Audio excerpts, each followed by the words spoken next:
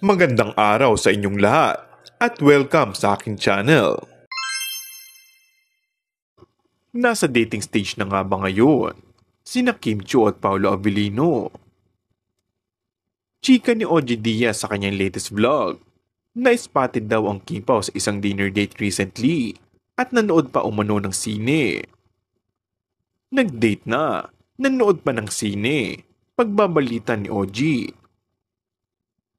May nakakita sa kanilang nagdi-dinner, dagdag pa niya. Pagkaganyan, alam naman na po natin, mga kachika na aba, meron ng pag-uusap ito.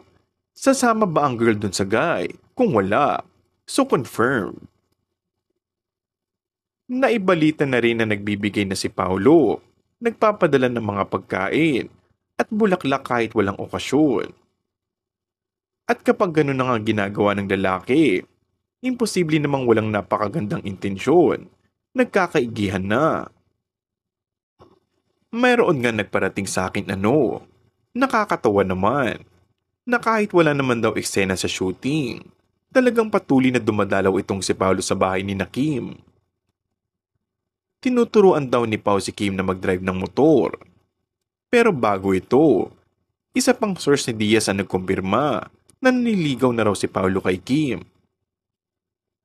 Bota naman umano ang pamilya ng aktres sa aktor dahil lahat ng gusto nila para sa lalaking mamahalin ni Kim ay na kay Paolo na.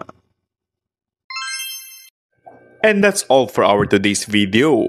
Kung bago ka lang sa aking channel ay mag-subscribe at pindutin na rin ang notification bell. Maraming salamat!